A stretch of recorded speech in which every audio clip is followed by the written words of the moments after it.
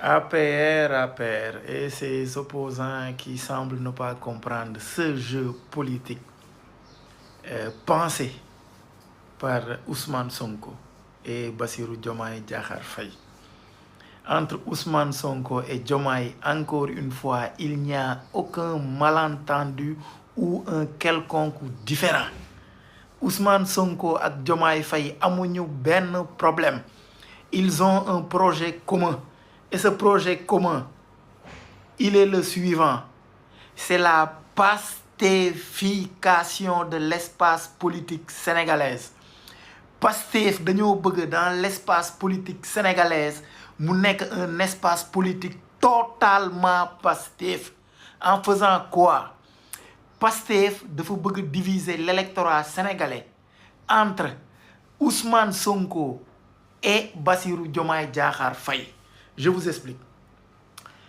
Ousmane Sonko dafa comprendre benn mbir parce que xam naa ne xalaat bii nii yëpp Ousmane Sonko ci moom la démarré. Parce qu'en réalité, Ousmane Sonko, c'est le maître du jeu. C'est le meilleur politicien sénégalais de toute l'histoire du Sénégal. Ousmane Sonko. Et dinaa def yeneen vidéo pour wax lu tax. Ousmane Sonko dafa xam ne Sénégal fu mu toll nii ñaari type de sénégalais moo am. Benn sénégalais boo xam ne dafa jàpp ne dañoo war a def justice, dañoo war a changer mbir yi radicalement, tu vois, dañoo war a dagg le cordon ombilical yenn yu ñu doon maye avant waratuñ ko def, dëkk bi dafa war a changer, tekkatu dil yi dañ leen war a jàpp et cetera, ñii reyoon xale yi et cetera dañ leen war a jàpp, politiciens yu màgget yi et cetera. Vous comprenez loolu aile dure boobu noonu mooy benn ci sénégalais yi. Mu am beneen sénégalais boo xam ne moom dafa dal, dafa calme. dane non li fi jotoon am ak Macky Sall entre 2021 et 2024 dëgg na am na mën nañu def justice sax mais nañu def ndànk quoi, changement bi bu mu radical, nañu def ndànk, déglu ñëpp, comprendre nga, dëgëral bi et cetera amul sens, nañu et cetera. Vous voyez ce que je veux dire? Donc ñaari type de sénégalais yooyu moo am en réalité. Ñaari type de sénégalais yooyu boo ko xoolee premier sénégalais bi boo xam ne dafa bëgg affaire yi changer, dafa bëgg système bi ñu fexe génne fi système bi et cetera boobu c'est beaucoup plus Sonko.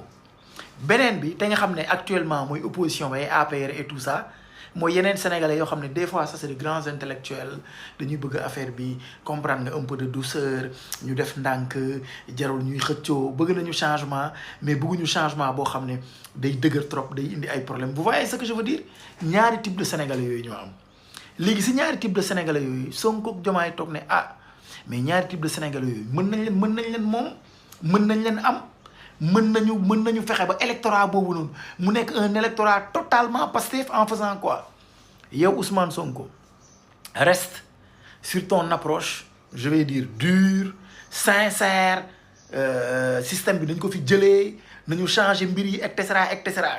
Léegi frustration yenn boy yi yenn jeunes yi et tout ça Ousmane Sonko da koy jël électorat bi bëgg système bi changé mooy 54% bi parce que 54% bi c'est l'électorat qui souhaite le changement et cetera et cetera. Alors que 46% bi mooy 46% boo xam ne c'est comme Amadou Ba quoi, c'est des gens calmes, c'est des gens yoo xam ne bon dañoo ragal changement systémique bi trop, ñenn ñi sax dañuy xaw a ragal Ousmane Sonko parce que dañuy jàpp ni dafa dur et cetera. Loolu Diomaye moo koy jël.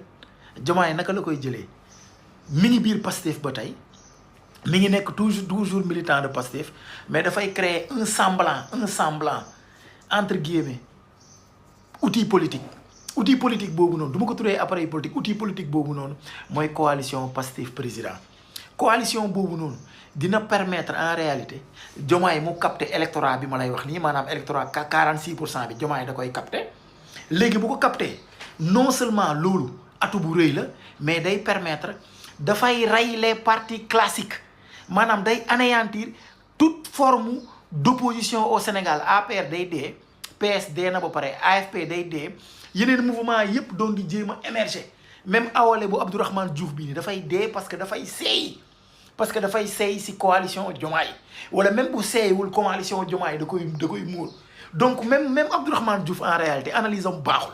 Lu tax analyse am baaxul parce que coalition Diomaye dafay ñëw muur son parti politique. Vous voyez ce que je veux dire? Ce qui fait qu'en réalité dans cette affaire là au final Diomaye reste toujours un militant de Pastef. Donc en fin de compte on aura un espace politique bipolaire divisé entre Ousmane Sonko, on va dire Pastef elle dure, et Diomaye Faye elle modérée. Donc ce qui fait que au lieu que Diomaye soit dans Pastef intégralement, mais il y aura le Pastef authentique de Ousmane Sonko et les autres, et la coalition Diomaye en réalité qui va embraser toute cette opposition. En fin de compte APR day dee, la véritable opposition bi waroon am dafay dee. Donc loolu man bu ma gisee waa APR wala yenn opposants ils n'arrivent pas à comprendre ce jeu politique mis en place par Ousmane Sonko et Diomaye Faye, je me dis que politique da leen dépassé. Am na ñoo xam ne en réalité chaque jour ñu ngi TFM rajo yi et cetera, ils se disent analystes politiques mais ils n'ont rien compris. Ils n'ont rien compris. Pastef, Ousmane Sonko et Diomaye Faye n'ont qu'un seul objectif, c'est la pastéfisation de l'espace politique. D'ici quelques mois wala d'ici ci kanam di ngeen gis Ousmane Sonko ak Diomaye dinañ des ci gouvernement bi, Diomaye dina des ci gouvernement bi, mais de plus en plus di nga gis benn xeetu détachement entre Ousmane Sonko ak Diomaye. Détachement boobu noonu day tax espace politique bi côté opposition bi yëpp Diomaye da koy jël. Ousmane Sonko continue avec les jeunes, avec gars frustrés, etc., mu jël ko. Mais yeneen parti politique yi dañu amati espace pour exister, dañu amati espace pour ñu exister, te loolu dafa yàgg nekk en réalité la volonté de Ousmane Sonko, maanaam anéantir les autres partis politiques. Ce qui fait que APR par exemple ñi di wax APR nañ ko dissoudre nañ ko tas, jaratul ñu koy tas, parce que espace politique day nekk espace politique boo xam ne Diomaye la ak Ousmane Sonko, te Diomaye ak Ousmane Sonko c'est Pastef en réalité. Pastef lu mu bëgg c'est quoi yeneen parti politique yëpp mu rey ko. Premier point. Deuxième point, loolu dafay permettre en même temps opposition bi doon di émerger, Macky Sall ak APR ak ay Pape Malick Ndour et cetera, mais duñu exister ci dañuy dee carrément. Ce qui fait que yenn critique yi nguur bi waroon jot, critique yooyu noonu nguur bi du ko jot.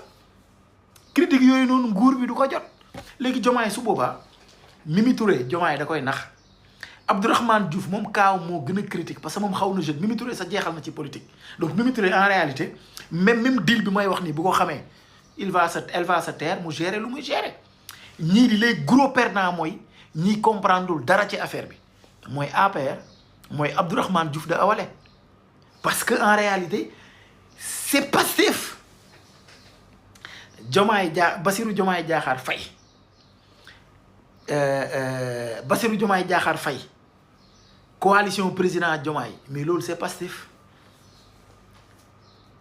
Coalition Bassirou Diomaye Diakhar Faye président, c'est Pastef. Beaucoup ne l'ont pas compris, c'est Pastef. Te dina ci lekk ñu bari ay ñoom Bougar Diouf et tout ça, ils n'ont absolument rien compris. Balaa ñuy comprendre ñu dawaat ba ci kanam. Boo leen seetluwee depuis coow lii ba mu commencé déggati ngeen Macky Sall, déggati ngeen det caché, déggati ngeen Pape Malick Ndour, déggati ngeen APR. Ils sont dans la réaction, ils n'ont rien compris. ñoom ñoo waroon teel a génn ne Ousmane Sonko ak Diomaye amu leen benn problème lii yëpp deal la, mais ils n'ont pas compris. Donc dans cette affaire là le gagnant c'est Pastef, parce que Diomaye c'est Pastef jusqu'à ce jour. Diomaye est Pastef. D'ici quelque temps Diomaye va sortir de Pastef, mais au final ce sera Pastef. Ce sera Pastef. On aura un espace politique purement Pastef, divisé entre l'aile dure entre guillemets Ousmane Sonko et Pastef authentique, et l'aile modérée Diomaye et quelques autres. Diomaye moo gën a xam ne en réalité coalition Diomaye bi c'est une coquille vide, y a rien du tout. Amul kenn ku la ci indil mën la ci indil ñaari électeurs, mais da koy créer pour wàññi doole véritable opposition bi, pour anéantir existence véritable opposition bi dee. Ce qui fait que tout l'espace politique sera pastéfisé. C'est ça en réalité la man suma analyse loolu la.